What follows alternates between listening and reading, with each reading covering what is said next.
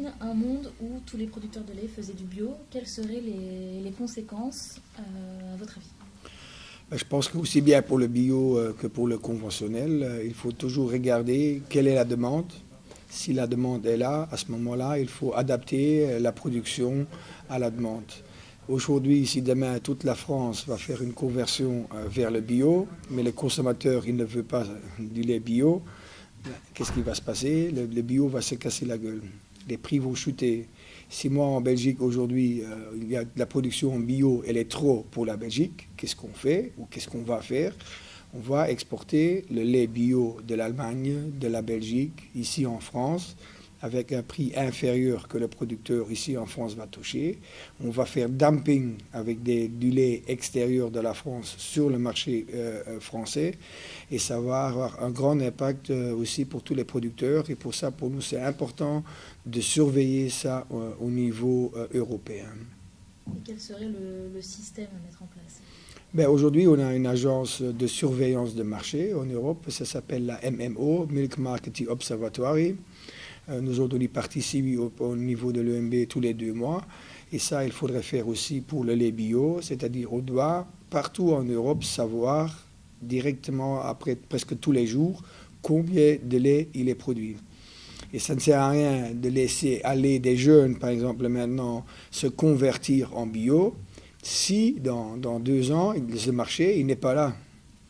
Et pour ça, il faut observer ce marché européen, regarder quelle est la production, quelle est la demande, et après, s'il y a trop de lait bio en Europe, tout le monde doit produire 1 ou 2% en moins.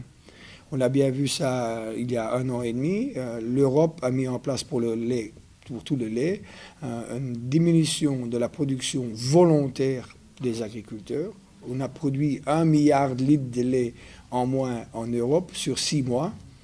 Et ça, c'était la bonne mesure. Au lieu de continuer, de faire un stockage de poudre de lait qui fait du dumping aussi. Ah non, il faut que ce lait-là, au lieu de le mettre au lait en poudre, il faut ne pas produire et donner la possibilité aux agriculteurs de ne pas produire ce lait-là pour ne pas faire du dumping.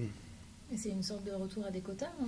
Non, on ne veut absolument pas un retour de quotas, ça c'est fini. Non, on a un plan de mesure de crise.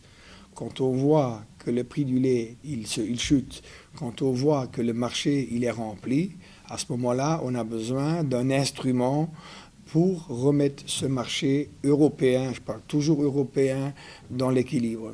Et aujourd'hui, certaines politiques, ils disent amenez-nous des outils. On a rencontré tous les députés européens au Parlement, Michel Dantin, je ne sais, Andrieux, la commission Hogan, on leur a présenté des nouveaux instruments. Ils sont là, on a vu que ça marche. Et ça, je m'attends de la politique de mettre des mesures. Nous autres, on ne veut pas des primes, on ne veut pas des subventions, on ne veut pas des aides. On veut vivre de produits, ce qu'on produit, avoir un prix rémunérateur, un salaire correct. C'est ça la demande. Et on n'est pas des demandeurs de subventions et de l'aide.